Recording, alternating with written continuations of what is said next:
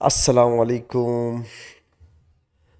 बेटा मैं अपने नेक्स्ट डिस्कशन लेक्चर के साथ स्टार्ट कर रहा हूँ। हमारे लास्ट लेक्चर में मैंने आपको thermal decomposition of carbonate, nitrate और हाइड्रोक्साइड के बारे में बताया था। थोड़ा सा मैं आपको रिकैप दे देता हूँ। Actually down the group two cationic radius बढ़ता है। कैटायोनिक रेडियस बढ़ने से जो चार्ज डेंसिटी होती है वो कम होती है, और चार्ज डेंसिटी कम होने से पोलराइजिंग पावर कम हो रही होती है। तो बेटा अगर पोलराइजिंग पावर कम होगी, ability to distort ionic lattice, तो थर्मल स्टेबिलिटी इंक्रीज हो रही होगी बेटा। तो हम कहते हैं top to bottom thermal stability increases. तो मैंने ये पॉइंट आपको लिखवाए थे। मैंने आपको सिर्फ कार्बोनेट की इक्वेशंस दिखवी थी। मैं आज आपको नाइट्रेट और हाइड्रोक्साइड्स की भी इक्वेशन लिख देता हूँ। रीजन सबके सेम है बेटा। हाइड्रोक्साइड कार्बोनेट के बाद नाइट्रेट पहले डिस्कस कर लेते हैं। नाइट्रेट्स ऑफ ग्रुप टू बेटा, ठीक है। अच्छा, सबसे पहली बात, हम नाइट्रेट की जर्नल इक्वेशन क्या लिख सकते हैं। ग्रुप टू के मेटल नाइट्रेट की जर्नल इक्वेशन हो सकती है एम NO3 टेकन ट्वाइस। आप एम की जगह कोई भी ग्रुप टू का मेटल रख सकते हैं बेटा, ठीक है। नाउ अगर ये मेटल नाइट्रेट डिकम्पोज करोगे, ठीक है, तो ये बैलेंस्ड केमिकल इक्वेशन आपको याद रखनी है बेटा। तो जब भी एक मोल ग्रुप टू का कोई मेटल नाइट्रेट डिकम्पोज होगा, ब्रेक होगा बेटा, तो ये देगा मेटल ऑक्साइड, साथ में देगा बेटा 2 मोल्स ऑफ नाइट्रोजन डाइऑक्साइड, और उसके साथ में देगा बेटा हाफ मोल ऑफ ऑक्सीजन। ऐसे होगा बेटा। तो 2 moles of nitrogen dioxide and half mole of oxygen. अच्छा, इसके अंदर ना अक्सर ऑब्जर्वेशन भी पूछता है कि यार ऑब्जर्वेशन बताओ। तो बेटा ये जो NO2 है ना, ये ब्राउन गैस होती है, ठीक है। ये इसकी ऑब्जर्वेशन भी है। आप लिखते हैं ब्राउन गैस, ठीक है। अच्छा, बस आप M की जगह ग्रुप टू का कोई मेटल रखें, आपकी इक्वेशंस बन जाएंगी। फॉर एग्जाम्पल, जैसे बेटा बिरीलियम नाइट्रेट हो, सपोज करो आपने इसको तोड़ा यानी डिकम्पोज किया बेटा, तो ये देगा बिरीलियम ऑक्साइड, साथ में प्रोड्यूस करेगा 2 moles of nitrogen dioxide बेटा, और साथ में प्रोड्यूस करेगा हाफ मोल ऑफ ऑक्सीजन। इसी तरीके से अगर आप मैग्नीशियम नाइट्रेट को डिकम्पोज करेंगे बेटा, तो ये प्रोड्यूस करेगा magnesium oxide, 2 moles of nitrogen dioxide, और half mole of oxygen gas, ठीक है। अच्छा, एंड सोन, आप कैल्शियम कर लें, इस तरह आप बेटा स्ट्रॉन्टियम कर लें। चले मैं आपको कैल्शियम तक करके दे देता हूँ, फिर स्ट्रॉन्टियम, बेरियम एंड सोन। तो कैल्शियम नाइट्रेट, ठीक है, जब ये डिकम्पोज होगा बेटा, तो ये देगा डेफिनेटली कैल्शियम ऑक्साइड देगा, 2 मोल्स ऑफ नाइट्रोजन डाइऑक्साइड देगा बेटा NO2, और half mole of oxygen produce करेगा, half mole of oxygen gas, ठीक है। तो thermal decomposition of group two carbonate down the group increases, thermal stability of group two nitrates down the group increases. Reason same है। जैसे मैंने यहाँ लिखा है cationic radius increases, polarising power decreases, thermal stability of group two carbonate increases. Same यही तीन बातें यहाँ लिखनी होती हैं बेटा आपको। आप कहते हैं down the group cationic radius increases, polarizing power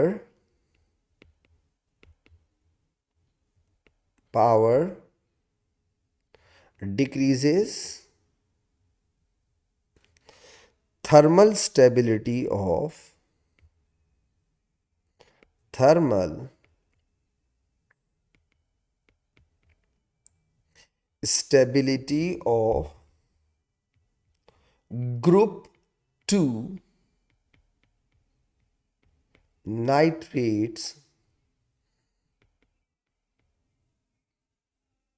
increases बेटा। ठीक है, पोलराइजिंग का मतलब ability to distort ionic lattice, मतलब कि किसी आयोनिक लैटिस को खराब कर देना। ठीक है, अच्छा इसी तरीके से अगर आप हाइड्रोक्साइड देखें बेटा, सेम वही चीज़ है। देखें हाइड्रोक्साइड के लिए पहले मैं एक जर्नल फॉर्मूला लिख लेता हूं ग्रुप 2 मेटल हाइड्रोक्साइड का बेटा। ठीक है, देखिए मैं ग्रुप 2 का, जैसे मैंने जर्नल फॉर्मूला कार्बोनेट का लिखा और मैंने आपसे कहा एम हटा दो बस ग्रुप 2 का मेटल लगाओ।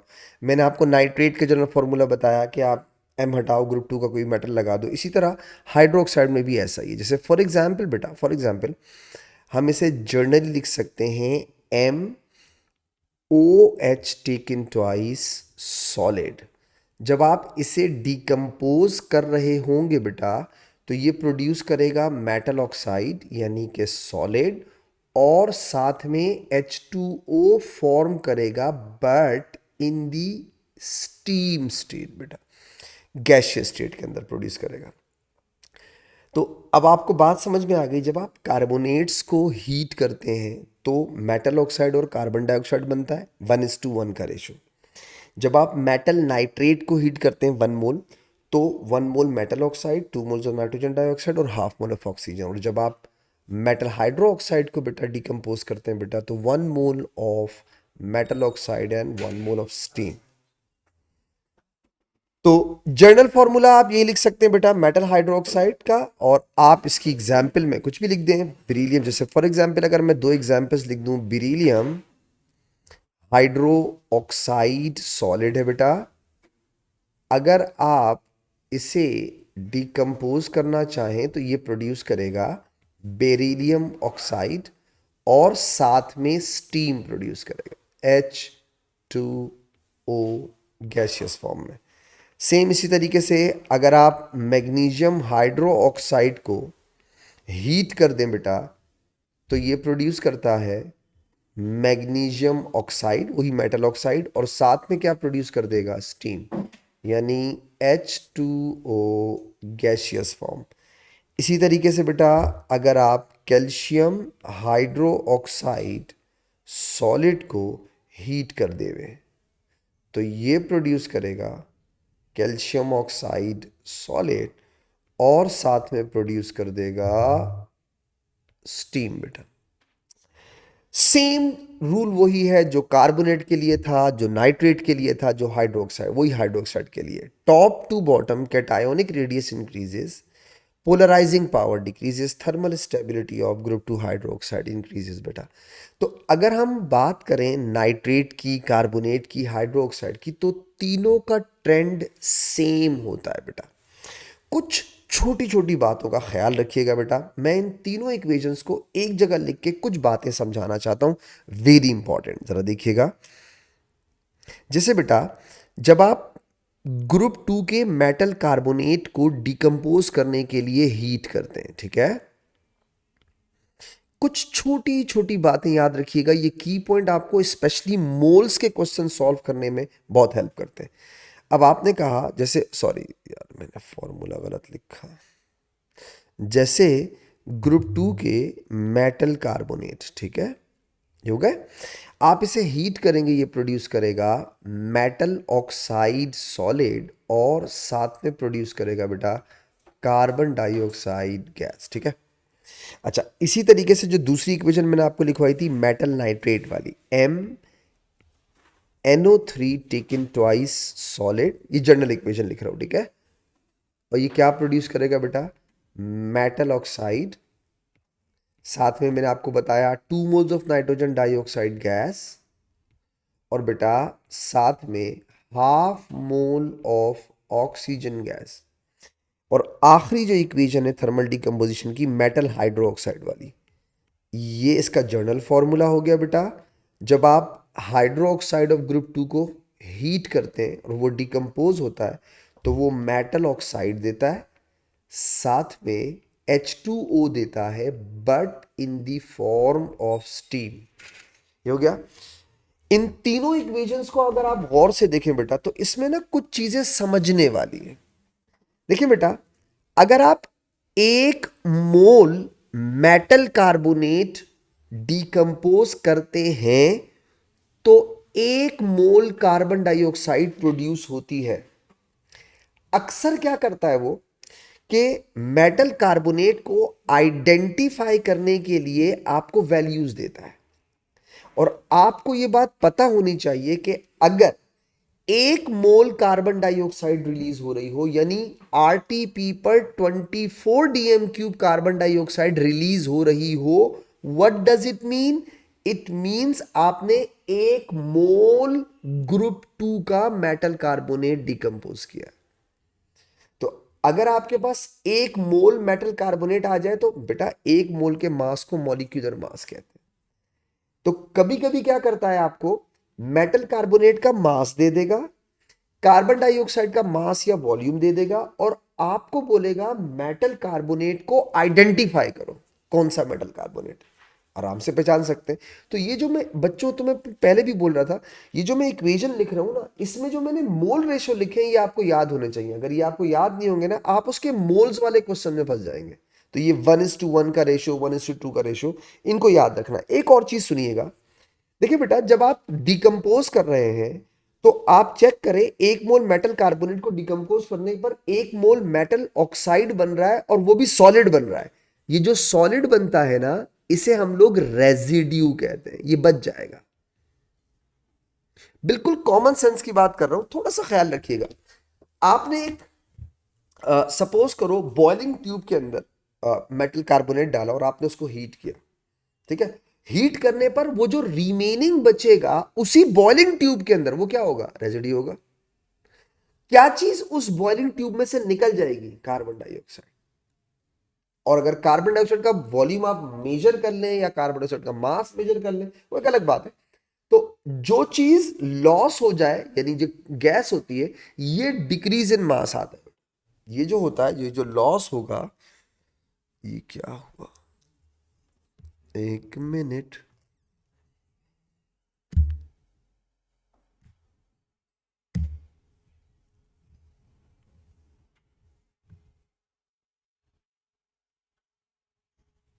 अच्छा, खैर। ओके। ये जो ये जो कार्बन डाइऑक्साइड है ना बेटा, ये होता है लॉस इन मास। ठीक है। अब जैसे मैं सब थोड़ा सपोज करता, मैंने आपसे कहा यार मैंने एक मोल मेटल कार्बोनेट को हीट किया किया, उसमें से इतना मास लॉस हो गया। तो तुम्हें पता होना चाहिए मैं लॉस इन मास किसे कह रहा हूं? कार्बन डाइऑक्साइड को। क्यों? क्योंकि मेटल ऑक्साइड तो सॉलिड बच जाएगा ना, वो तो रेसिड्यू होगा। तो जो चीज निकल गई, उड़ गई, वो क्या होगी? Carbon dioxide. तो इसी तरीके से सबके साथ सेम सेम तरीका करना है। देखो, अगर आप एक mole metal nitrate of group 2 heat करेंगे बेटा, तो आपको पता है ये जो 2 मोल्स ऑफ नाइट्रोजन डाइऑक्साइड है और हाफ मोल ऑफ ऑक्सीजन है, ये आपका लॉस इन मास कहलाएगा बेटा। जबकि मेटल ऑक्साइड आपका क्या होगा बेटा? रेजिड्यू होगा। इसी तरीके से अगर आप एक मोल मेटल हाइड्रो ऑक्साइड को हीट करेंगे तो ये जो स्टीम निकल गई है, दैट इज लॉस इन मास। जबकि मेटल ऑक्साइड आपका क्या होगा बेटा? रेजिड्यू होगा। तो मैंने आपको एक छोटी सी बात बताई, हमेशा याद रखना, ये तुम लोग मोल्स में भी पढ़ते हो बेटा। Mass of 1 mole of a substance is called molecular mass। तो अगर आप कभी भी लॉस इन मास का रेशो लें और 1 mole of metal carbonate, metal nitrate या मेटल हाइड्रोक्साइड निकाल लें, इसका मतलब है आपने मॉलिक्यूलर मास निकाल लिया। बेटा मॉलिक्यूलर मास निकाल लिया तो आप मेटल भी पहचान जाओगे। कैसे? सपोज करो आपके पास मेटल कार्बोनेट का मास आ जाए, तो आप मेटल का मास कैसे निकालोगे? उसमें से कार्बोनेट का मास सब्ट्रैक्ट करके बेटा। सपोज करो आपके पास 1 मोल मेटल नाइट्रेट का मास आ गया, आप मेटल का मास कैसे निकालोगे? उसमें से 2 नाइट्रेट के मास को सब्ट्रैक्ट करके। सपोज करो आपके पास 1 मोल मेटल हाइड्रोक्साइड का मास आ गया, बता मेटल कैसे निकालोगे? आप कहेंगे सर 2 OH हाइड्रोक्साइड का मास सब्ट्रैक्ट करके हो जाएगा। तो इससे तुम्हें याद रखनी चाहिए ये बातें, याद रखिएगा। Top to bottom group two में thermal stability of group two nitrate, hydroxide और कार्बोनेट इंक्रीज होती हैं। ये मैंने आपको इसमें एक्सप्लेन किया। क्यों बेटा? Smaller radius greater charge ion की पोलराइजिंग पावर ज़्यादा होती है। पोलराइजिंग पावर का मतलब क्या होता है? Ability to distort ionic lattice, ionic lattice को खराब कर देना। जितना रेडियस छोटा होगा, चार्ज ज़्यादा होगा, उतना उसका आयोनिक लैटिस डिस्टॉर्टेड होगा, खराब होगा। आप थोड़ी हीट करेंगे टूट जाएगा। नीचे आते हुए रेडियस बढ़ रहा होता है तो पोलराइजिंग पावर कम होती है, डिस्टॉर्शन एबिलिटी कम हो जाती है। इसीलिए आपको ज़्यादा हीट देनी पड़ती है ऑर्गेनाइज्ड स्ट्रक्चर को तोड़ने के लिए। हमने smaller radius greater charge ion की 3 प्रॉपर्टी डिस्कस करनी थी, जिसमें से 2 डिस्कस कर ली। पहली प्रॉपर्टी हमने क्या डिस्कस की थी बेटा? Their chlorides are acidic. दूसरी प्रॉपर्टी क्या थी बेटा? They have strong polarising power. और इसकी तीसरी और आखिरी प्रॉपर्टी जो हम डिस्कस करने जा रहे हैं वो है they have covalent character in their ionic compounds. अब सुनो, हमारा जो जो टॉपिक है उसका नाम है, हमारे टॉपिक का जो आखिरी तीसरी बात है, देखो मैंने हेडिंग्स लिखी होंगी, मैं एक दफ़ा वापस जाऊं पीछे बेटा, मैं आपको बताऊं। मैंने हेडिंग ये देखे, मैंने 2 लिखा हुआ है, they have strong polarising power. उससे पहले मैंने हेडिंग नंबर 1 में लिखा है they are chlorides are acidic. अब मैं तीसरी हेडिंग लिख रहा हूँ smaller radius greater charge ion के लिए, ठीक है? तो ये हमारी आखिरी हेडिंग है, थर्ड वन, तीसरी हेडिंग बेटा, they have smaller radius greater charge ion की बात कर रहा हूं। They have covalent character,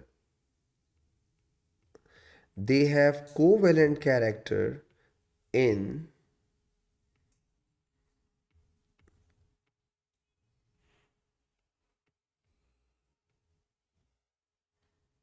ionic compounds। they have covalent character in ionic compound।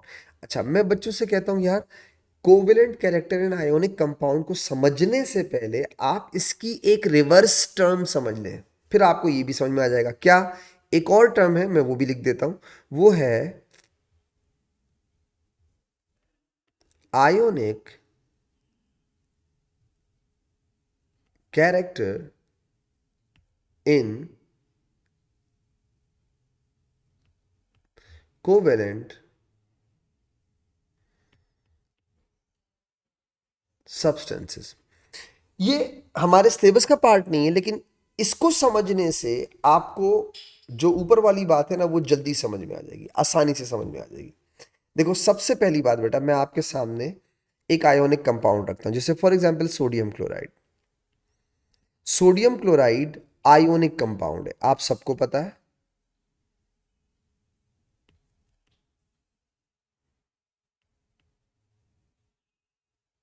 Ionic compound है। अच्छा, इस आयोनिक कंपाउंड यानी सोडियम क्लोराइड में प्लस चार्ज है और माइनस चार्ज है, राइट? अगर मैं आपसे एक सिली क्वेश्चन पूछूं, बिल्कुल सिली क्वेश्चन, मुझे पता है मैं आपसे सिली क्वेश्चन पूछ रहा हूं, कोई दुनिया का ऐसा आयोनिक कंपाउंड मुझे बता सकते हो जिसमें प्लस और माइनस चार्जेस ना होते हो? आप क्या कहेंगे? सर आप कैसी सिली बातें कर रहे हैं, ऐसा कैसे हो सकता है? भाई आयोनिक बॉन्ड बनता ही उस वक्त है जब इलेक्ट्रॉन क्या होते हैं? ट्रांसफर।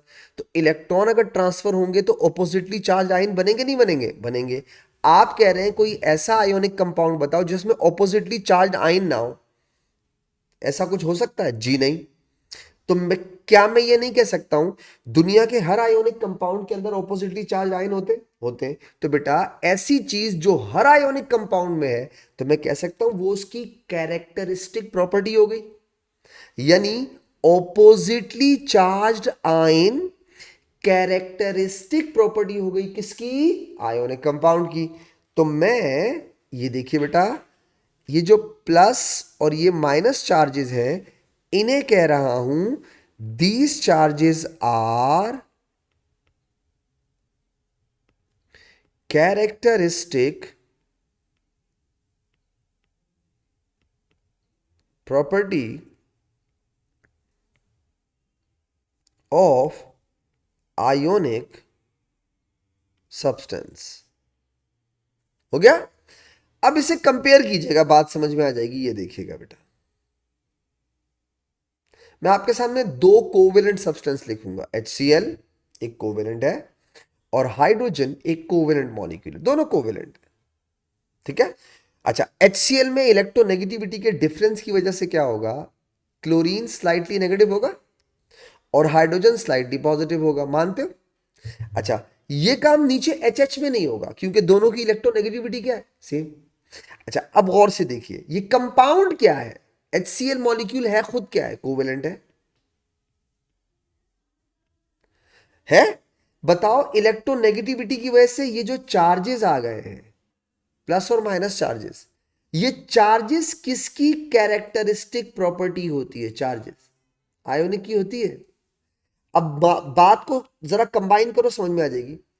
मॉलिक्यूल कोवेलेंट है, चार्ज किसकी प्रॉपर्टी होती है? आयोनिक की। तो किसी कोवेलेंट सब्सटेंस में ये प्लस और माइनस का चार्ज आ जाना इज आयोनिक कैरेक्टर। मॉलिक्यूल क्या है? कोवेलेंट।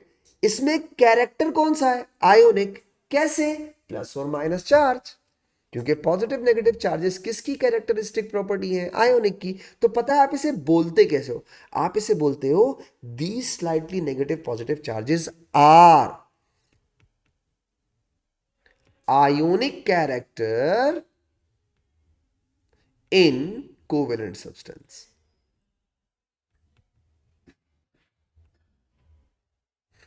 अब बताओ, क्या हाइड्रोजन में आयोनिक कैरेक्टर है? नहीं है। पता है आप इसे क्या बोलते हो? It's pure covalent. Pure covalent. यानी सर आप ये कहना चाह रहे हैं कि HCl प्योर कोवेलेंट नहीं है? एग्जैक्टली यही तो कब से समझाना चाह रहा हूं। HCl मॉलिक्यूल और कोई भी ऐसा मॉलिक्यूल बेटा जिसमें इलेक्ट्रोनेगेटिविटीज का डिफरेंस हो, जिसमें पॉजिटिव नेगेटिव चार्जेस हो, जिसमें पोलैरिटीज आ जाए, उनमें आयोनिक कैरेक्टर आ जाता है। आप उन्हें प्योर कोवेलेंट नहीं कहते। अब एक दिमाग में सवाल आएगा आपके, सर क्या आयोनिक कैरेक्टर आ जाने से आपकी जो कोवेलेंट सब्सटेंसेस की प्रॉपर्टीज है उन पे इफेक्ट पड़ता है? बिल्कुल पड़ता है। मैं आपको दो कॉमन चीजें बताता हूं, पहले उसको समझिएगा और भी बताऊंगा। पहले दो कॉमन चीजें। नंबर वन, आयोनिक और कोवेलेंट में किसका मेल्टिंग पॉइंट ज्यादा होता है? जनरल बात कर रहा हूं। तो बेटा कोई ऐसा कोवेलेंट सब्सटेंस जिसमें आयोनिक कैरेक्टर आ जाए, उनका नॉर्मल कोवेलेंट सब्सटेंसेस से मेल्टिंग बॉइलिंग पॉइंट हायर हो जाता है। और आपने बॉन्डिंग में ये बात कैसे पढ़ी है? आपने कहा पोलर सब्सटेंसेस के मेल्टिंग बॉइलिंग पॉइंट हाई होते हैं। ये पोलैरिटी क्या होती है? Ionic character. यस है। दूसरी चीज ये बताओ, कोवेलेंट और आयोनिक सब्सटेंसेस में पानी में ज्यादा सॉल्युबल कौन होता है? होता है ionic is more soluble in water than covalent और नॉन पोलर। यस और नो? अब आप गौर देखो, जब आप बॉन्डिंग पढ़ रहे थे आपने वहां पे सॉल्युबिलिटी में क्या पढ़ा था? पोलर पोलर में सॉल्युबल होता है। Agree? So what is that polarity? Ionic character. यानी किसी कोवेलेंट सब्सटेंस में आयोनिक कैरेक्टर आ जाने से उसकी सॉल्युबिलिटी किससे रिजेंबल करना शुरू कर जाती है? आयोनिक सब्सटेंसेस से। And so on. आपको पता है पोलर नॉन पोलर में ज्यादा रिएक्टिव मॉलिक्यूल कौन सा होता है? पोलर और नॉन पोलर में पोलर होता है। क्यों होता है? Because of these ionic character. कैसे? प्लस और माइनस चार्जेस क्रिएट होने का मतलब होता है they have force of attraction for other molecules. इनका प्लस उनके माइनस को, इनका माइनस उनके प्लस को अट्रैक्ट कर सकता है। They can react. Non polar क्यों जो है वो यूजुअली वो होते हैं नॉन रिएक्टिव होते हैं। क्यों? वो रिएक्ट नहीं करते। क्यों? उन पे पोलैरिटी नहीं होती। उनके पास किसी को अट्रैक्ट करने की या खुद अट्रैक्ट हो जाने की कोई प्रॉपर्टी नहीं है। ना आपके पास कोई प्लस चार्ज है ना माइनस है। तो तुम सोचो कि प्लस माइनस चार्जेस आ जाने से, यानी पोलैरिटी आ जाने से, यानी आयोनिक कैरेक्टर आ जाने से आपके कोवेलेंट सब्सटेंस की प्रॉपर्टीज चेंज हो जाती है। अब तुम्हें टॉपिक समझ में आ जाएगा। ये तो रिवर्स समझाया मैंने। क्या समझाया मैंने?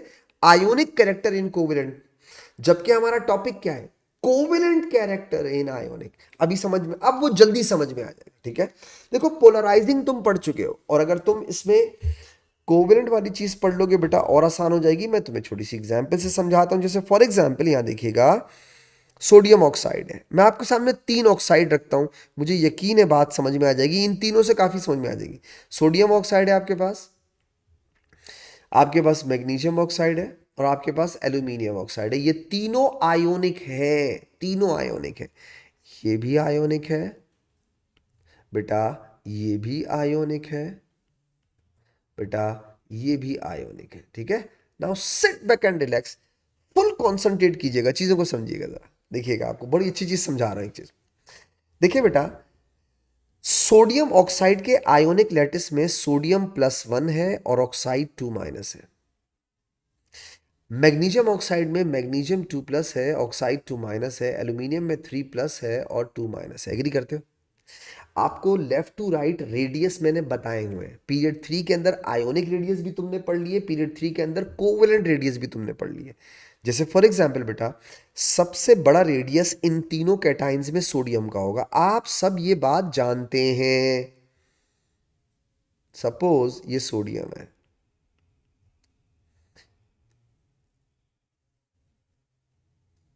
सपोज ये मैग्नीशियम है,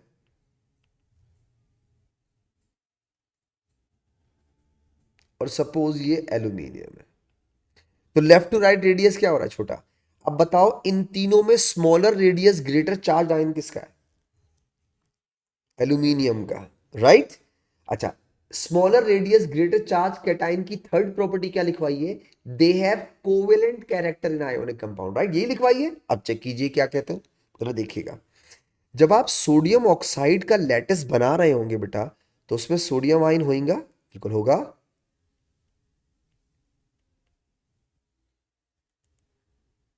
होगा। और साथ में कौन होगा? ऑक्साइड आयन होगा। ठीक है, सपोज करो ये ऑक्साइड है, जरा देखिएगा। 1 2 3 4 5 6 7 8, ये ऑक्साइड है। डन हो गया। आ जाओ जरा मैग्नीशियम पे बेटा। मैग्नीशियम के आयोनिक लैटिस के अंदर मैग्नीशियम आयन होगा, बिल्कुल होगा। और बेटा उसके साथ ऑक्साइड आयन भी होंगे, बिल्कुल होंगे। ये लो, 1 2 3 4 5 6 7 8, चार्ज 2 माइनस है, गुड। आ जाओ एल्यूमिनियम ऑक्साइड पे। ये देखिएगा बेटा, ये होगा आयोनिक लैटिस के अंदर एल्यूमिनियम आयन 3 प्लस होगा बेटा, होगा। और साथ में क्या होगा बेटा? ऑक्साइड होगा। ठीक है भाई, ये हो गया ऑक्साइड। देखिएगा 4 5 6 और 7, what's a charge is 2 negative. मेरा आपसे एक सवाल है, बहुत सिंपल बच्चों वाला सवाल है। क्या इस आयोनिक लैटिसेस के अंदर आपके कैट आयंस आपके एनाइंस के इलेक्ट्रॉन्स को अपनी तरफ अट्रैक्ट करते होंगे या नहीं करते होंगे? क्योंकि पॉजिटिव नेगेटिव को क्या करता है? अट्रैक्ट। मैंने कितना सिंपल सवाल आपसे पूछा। क्या इन तीनों आयोनिक लैटिसेस के अंदर आपका कैट आयन आपके एनाइन के इलेक्ट्रॉन्स को अपनी तरफ खींचता होगा या नहीं? आपको बोलना चाहिए हाँ खींचना चाहिए। क्यों भाई? इसलिए कि cation positive charge electron negative को अपनी तरफ अट्रैक्ट कर रहा होगा। मेरा आपसे सवाल है, क्या इन तीनों केसेस के अंदर, इन तीनों केसेस के अंदर फोर्स ऑफ अट्रैक्शन इलेक्ट्रॉन्स के ऊपर, ऑक्साइड के इलेक्ट्रॉन्स के ऊपर सेम होगी या डिफरेंट? सबसे huge strongest force of attraction किसकी होगी? एल्यूमिनियम की।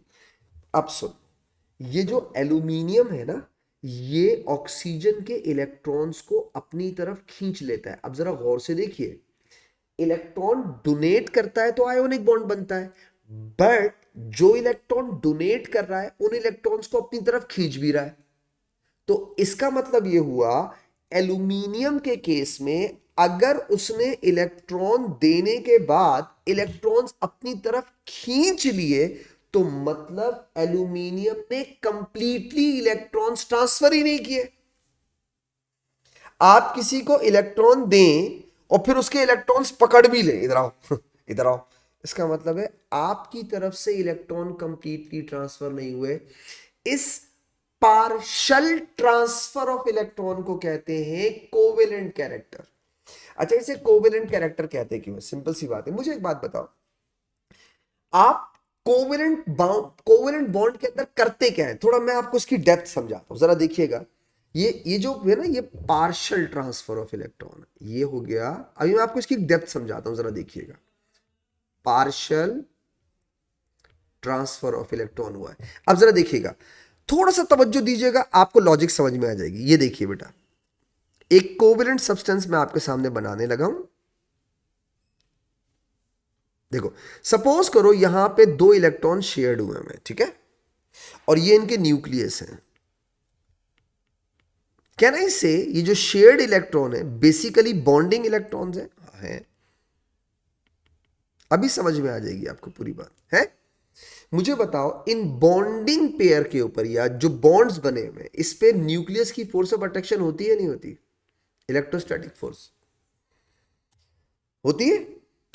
किसी कोवेलेंट बॉन्ड के अंदर आपके न्यूक्लियस की force of attraction bonding electrons पे होती है? होती है। इसका मतलब वो इलेक्ट्रॉन जो बॉन्डिंग के लिए दिए गए हैं उन पे फोर्स ऑफ अट्रैक्शन रखना एक कोवेलेंट कैरेक्टरिस्टिक प्रॉपर्टी है। कोवेलेंट के अंदर क्या होता है? अगर आप कोवेलेंट को डिफाइन करें तो आप क्या बोलेंगे? Electrostatic force of attraction on shared electrons. Agree? Shared का मतलब बॉन्डिंग इलेक्ट्रॉन्स। अब आप गौर से देखिएगा, क्या एल्यूमिनियम वही काम नहीं कर रहा? अपनी इलेक्ट्रोस्टैटिक फोर्स को वो इलेक्ट्रॉन्स जो बॉन्डिंग के लिए डोनेट कर दिए गए हैं उनसे खींच भी रहा है। तो इलेक्ट्रोस्टैटिक फोर्स बॉन्डिंग इलेक्ट्रॉन्स को अपनी तरफ खींच रही है, खींच रही है। इसको कौन सा कैरेक्टर कहते हैं? Covalent character. That partial transfer of electron is known as covalent character. बेटा, इसे कहते हैं कोवेलेंट कैरेक्टर। यानी इलेक्ट्रॉन्स कंप्लीटली ट्रांसफर ना हुए हो, बल्कि इलेक्ट्रॉन कंप्लीटली ट्रांसफर होने के बाद अपनी तरफ खींच लिए गए हो, तो हम उसे कहते हैं इसने पार्शियली इलेक्ट्रॉन ट्रांसफर किए, कंप्लीटली नहीं किए। तो आप एल्यूमिनियम ऑक्साइड को प्योर आयोनिक नहीं कहते, आप कहते हो इसमें कोवेलेंट कैरेक्टर है। अब आपके दिमाग में एक सवाल आना चाहिए, सर जैसे आपने अभी बताया कि कोवेलेंट सब्सटेंसेस के अंदर आयोनिक कैरेक्टर आ जाने से प्रॉपर्टीज चेंज हो जाती है, तो क्या आयोनिक कंपाउंड में कोवेलेंट सब्सटेंसेस आ जाने से प्रॉपर्टी चेंज होती है? हाँ, मैं आपको दो एग्जाम्पल देता हूँ, दो गौर से देखिएगा, दो एग्जाम्पल देता हूँ। सबसे पहले एग्जाम्पल सुनिएगा। मुझे एक बात बताओ, अगर मैं आपसे, वैसे जर्नली आप दिमाग से अभी सब कुछ हटा दीजिए कि मैंने आपको कोवेलेंट कैरेक्टर पढ़ाया, दफा करो। आप एक चीज सुनिए, मैग्नीशियम ऑक्साइड है MgO, इस पे चार्ज है 2+ और 2-, मानते हो? अच्छा, अब आ जाओ एल्यूमिनियम ऑक्साइड पे, Al2O3 पे आ जाओ। आपको पता है एल्यूमिनियम का चार्ज 3+ होता है और ऑक्साइड का 2-। बता सकते हो जनरली इन दोनों आयोनिक कंपाउंड में स्ट्रॉन्गर इलेक्ट्रोस्टैटिक फोर्सेस किस में होनी चाहिए? क्यों Al2O3 में क्यों होनी चाहिए? चार्ज ज्यादा है, मानते हो? रेडियस कम है, मानते हो?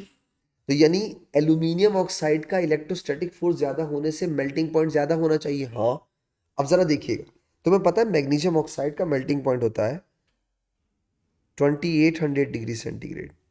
मैं एक्सपेक्ट कर रहा था एल्यूमिनियम ऑक्साइड का मेल्टिंग पॉइंट 2800 से ज्यादा होगा, मानते हो? मैं एक्सपेक्ट कर रहा था, क्यों? क्योंकि मुझे शक्ल से तो यही लग रहा है कि यार बहुत स्ट्रॉन्ग इलेक्ट्रोस्टैटिक फोर्सेस है। 2000 होता है।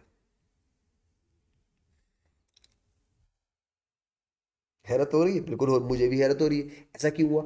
ऐसा इसलिए हुआ कि कोवेलेंट सब्सटेंसेस के मेल्टिंग बॉइलिंग पॉइंट आयोनिक से कम होते हैं। एल्यूमिनियम ऑक्साइड प्योर आयोनिक होता ही नहीं है। प्योर आयोनिक होने से क्या होता है, जरा अच्छी तरह समझिएगा।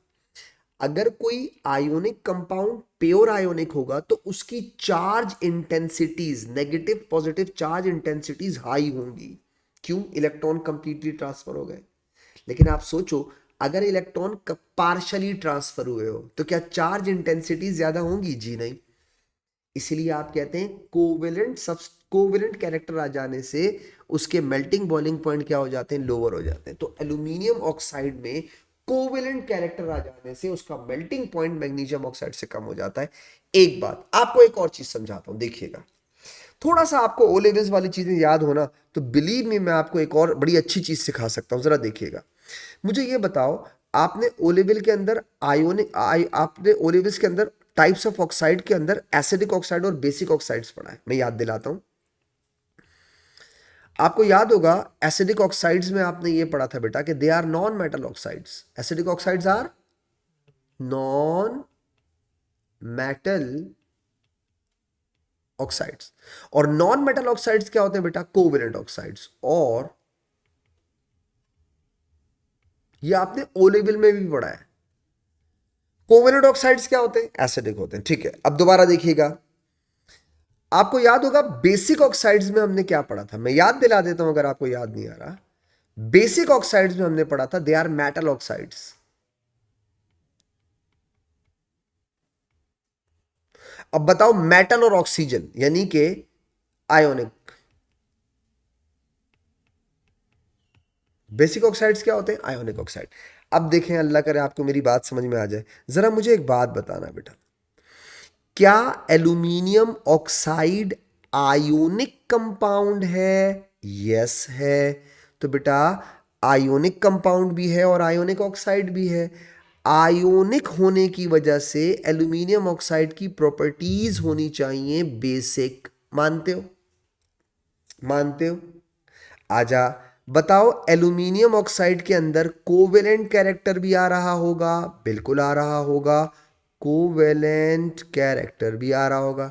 बेटा कोवेलेंट की वजह से इस ऑक्साइड की, कोवेलेंट कैरेक्टर की वजह से इस ऑक्साइड की प्रॉपर्टीज क्या हो जाएंगी बेटा? एसिडिक। बेटा आप एल्यूमिनियम ऑक्साइड को क्या पढ़ते हो? एम्फोटेरिक। रीजन समझ आ रहा है? आप क्या पढ़ते हो उसको? एम्फोटेरिक। दोनों चीजें आ गई। एक और आज चीज बताता हूं, आपको याद होगा आपने बिरीलियम ऑक्साइड को एम्फोटेरिक कहा था बेटा। ग्रुप टू के सबसे टॉप का मेंबर कौन है? बिरीलियम। सबसे छोटा रेडियस किसका है? बिरीलियम। सबसे ज्यादा चार्ज इंटेंसिटी किसकी है? Beryllium. Smaller radius greater charge ion के ऑक्साइड्स के अंदर, आयोनिक ऑक्साइड्स के अंदर कोवेलेंट कैरेक्टर होता है? हाँ, होता है। अब दोबारा आ जाओ, फिर सीखो। ये देखो बेटा, बिरीलियम ऑक्साइड आयोनिक होता है। ये आयोनिक होता है। तो आयोनिक होने से इसकी प्रॉपर्टीज क्या हो गई बेटा? बेसिक ऑक्साइड वाली हो गई। बिरीलियम ऑक्साइड का रेडियस छोटा होता है, चार्ज ज्यादा होता है, इसकी वजह से इसमें भी कोवेलेंट कैरेक्टर होता है। बेटा कोवेलेंट कैरेक्टर से प्रॉपर्टीज कौन सी हो जाती हैं? एसिडिक। आपको पता है आप बेरिलियम ऑक्साइड को क्या बोलते हो? आप बेरिलियम ऑक्साइड को कहते हो एम्फोटेरिक। तो किसी भी आयोनिक कंपाउंड के अंदर कोवेलेंट कैरेक्टर का मतलब होता है उसके partial transfer of electrons, completely transfer नहीं होते। तो बेटा जैसे कोवेलेंट सब्सटेंस में भी प्योर कोवेलेंट होते हैं और प्योर कोवेलेंट नहीं भी होते, इसी तरह आयोनिक के अंदर भी प्योर आयोनिक भी होते हैं और प्योर आयोनिक नहीं भी होते। तो एल्यूमिनियम ऑक्साइड प्योर आयोनिक नहीं है, बट आयोनिक विद ह्यूज और आयोनिक विद कोवेलेंट कैरेक्टर। अब जरा गौर से देखिएगा बेटा, लुक एट हियर। आपको याद दिलाता हूं मैं वो एल्यूमिनियम क्लोराइड वाली बात जो मैंने आपसे कहा था, मैं आपको बाद में एक्सप्लेन करूंगा। अब देखो, अब आपको समझ में आ जाएगी। आपको याद है AlCl3 को कुछ लोग कोवेलेंट कहते हैं, एग्जामिनर कहता है एक्सेप्ट कर लो। कुछ लोग इसको आयोनिक कहते हैं, एग्जामिनर कहता है एक्सेप्ट कर लो। दोनों बॉन्डिंग कोई बात नहीं, लेकिन इसे सही में पता है क्या बोलते हैं? इसको लोग सही में बोलते हैं it is ionic with huge covalent character. अब अगर मैं आपसे पूछूं ये बताओ, ionic with huge covalent character aluminium chloride में क्यों है? ये बताओ, सोडियम क्लोराइड में huge covalent character, magnesium chloride में ह्यूज कोवेलेंट कैरेक्टर क्यों नहीं है? क्योंकि एल्यूमिनियम का रेडियस छोटा है और चार्ज इंटेंसिटी ज्यादा है। तो अगर रेडियस छोटा हो, चार्ज इंटेंसिटी ज्यादा हो बेटा, तो उन आयोनिक कंपाउंड में कौन से कैरेक्टर आ जाते हैं? कोवेलेंट। कोवेलेंट कैरेक्टर किसे कहते हैं? पार्शियल ट्रांसफर ऑफ इलेक्ट्रॉन बेटा। समझ में आ रही बात? ये क्या करते हैं? एनाइन की इलेक्ट्रॉन डेंसिटी को डिस्टॉर्ट कर देते हैं, अपनी तरफ खींच लेते हैं उसको, पार्शियली ट्रांसफर करते हैं, कंप्लीटली इलेक्ट्रॉन ट्रांसफर नहीं करते। और आयोनिक की डेफिनेशन क्या है? Electrons are completely transfer. तो अगर कहीं पर इलेक्ट्रॉन कंप्लीटली ट्रांसफर नहीं हो रहे तो आप उसको प्योर आयोनिक नहीं बोलोगे। एक आखिरी बात बता के बेटा इस चैप्टर को वाइंड अप करूंगा, ग्रुप 2 वाले को। एक छोटा सा ग्राफ आप याद रखिए। देखो बेटा, पीरियड 3 के अंदर 6 ग्राफ है। पीरियड 3 के अंदर 6 ग्राफ है। एटॉमिक रेडियस का ग्राफ, आयोनिक रेडियस का ग्राफ, मेल्टिंग पॉइंट का ग्राफ, कंडक्टिविटी का ग्राफ, फर्स्ट आयोनाइजेशन एनर्जी का ग्राफ। हो गए 5। छठा ग्राफ होता है मेल्टिंग पॉइंट ऑफ ऑक्साइड्स। ये वहां क्यों नहीं कराता मैं? पीरियड 3 में क्यों नहीं कराता मैं? इसलिए नहीं कराता बेटा कि वहां आपको कोवेलेंट कैरेक्टर के बारे में नहीं बताया था ना। कोवेलेंट कैरेक्टर के बारे में आपको कहां बताया है? ग्रुप 2 के अंदर। ठीक है। Smaller radius, greater charge cations की तीन प्रॉपर्टीज होती हैं। Chlorides are acidic, polarising power और covalent character in their ionic compound. तो एक आखिरी छोटा सा ग्राफ है बेटा, बस इसको देख ले, उसके बाद सुकून है बेटा।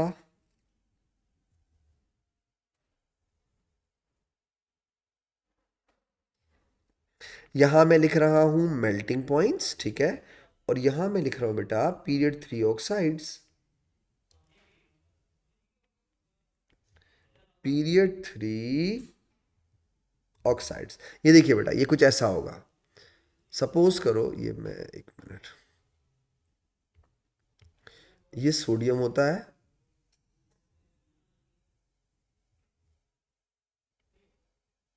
ये मैग्नीशियम होता है,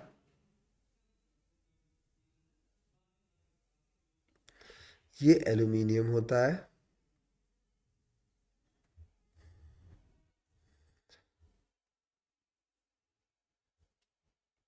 ये सिलिकॉन होता है, ये फास्फोरस ऑक्साइड, और ये सल्फर डाइऑक्साइड। अब देखिए बेटा, मैं लिख देता हूँ। ये होता है सोडियम ऑक्साइड, ये होता है मैग्नीशियम ऑक्साइड, ये होता है एल्यूमिनियम ऑक्साइड, ये होता है सिलिकॉन डाइऑक्साइड, ये फॉस्फोरस ऑक्साइड, और ये सल्फर डाइऑक्साइड। ये इनका छठा ग्राफ है जो हम वहाँ नहीं पढ़ते। क्यों नहीं पढ़ते बेटा? इसलिए नहीं पढ़ते कि हमें वहाँ पे कोवेलेंट कैरेक्टर इन आयोनिक कंपाउंड नहीं पता होता ना, इसलिए नहीं पढ़ते। इसके रीजंस आपसे पूछता है, बहुत सिंपल सिंपल से क्वेश्चंस होते हैं बेटा इसके। जैसे मैं आपको पॉइंट्स में लिख देता हूँ, यहाँ देखिएगा। आप कह सकते हैं magnesium oxide has higher melting point than aluminium oxide because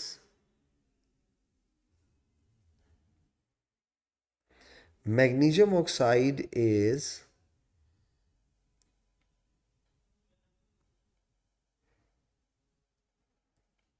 pure ionic while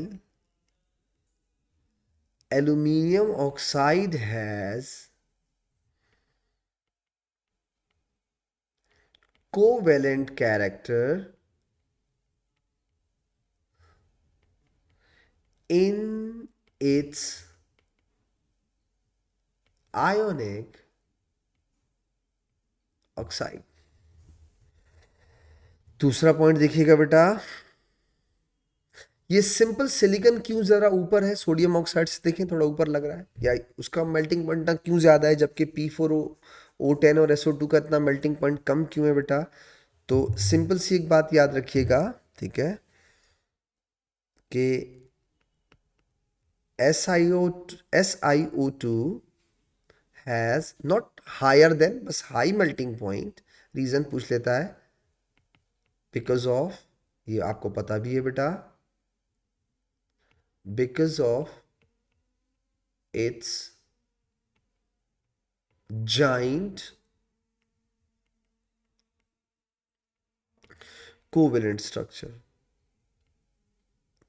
और बेटा तीसरी और आखिरी बात, P4O10 एंड SO2 के मेल्टिंग पॉइंट सबसे कम क्यों है?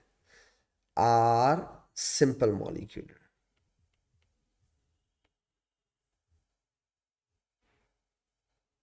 Are simple molecular. तो सिंपल मॉलिक्यूलर के मेल्टिंग बॉइलिंग पॉइंट सबसे लोअर होते हैं। अगर आप ग्राफ को गौर से देखें बेटा तो आपको बात समझ में आ रही होगी। देखो बेटा, एक छोटी सी चीज़ है, बच्चे ना इसे मिक्स कर देते हैं। अब अल्लाह करे आप लोगों को चीज़ें याद रहें, ये दुआ है मेरी। देखो, मेल्टिंग पॉइंट ऑफ पीरियड 3 अलग चीज़ है, melting point of oxides of period 3 अलग चीज़ है, फर्क है दोनों में। अगर आप पीरियड 3 के एलिमेंट्स का मेल्टिंग पॉइंट देखेंगे तो सबसे हाईएस्ट मेल्टिंग पॉइंट पीरियड 3 में सिलिकॉन का है, सिलिकॉन एलिमेंट फॉर्म। लेकिन अगर आप मेल्टिंग पॉइंट ऑफ ऑक्साइड्स देखेंगे बेटा तो हाईएस्ट मेल्टिंग पॉइंट किस ऑक्साइड का है? मैग्नीशियम ऑक्साइड का। ये फर्क है बेटा। इसके साथ ही हमारा ग्रुप 2 वाला चैप्टर खत्म हो गया बेटा, ठीक है। तो इंशाल्लाह फिर नेक्स्ट क्लास से हम लोग अपनी नेक्स्ट चैप्टर शुरू करेंगे, ठीक है। तब तक के लिए इजाज़त देना।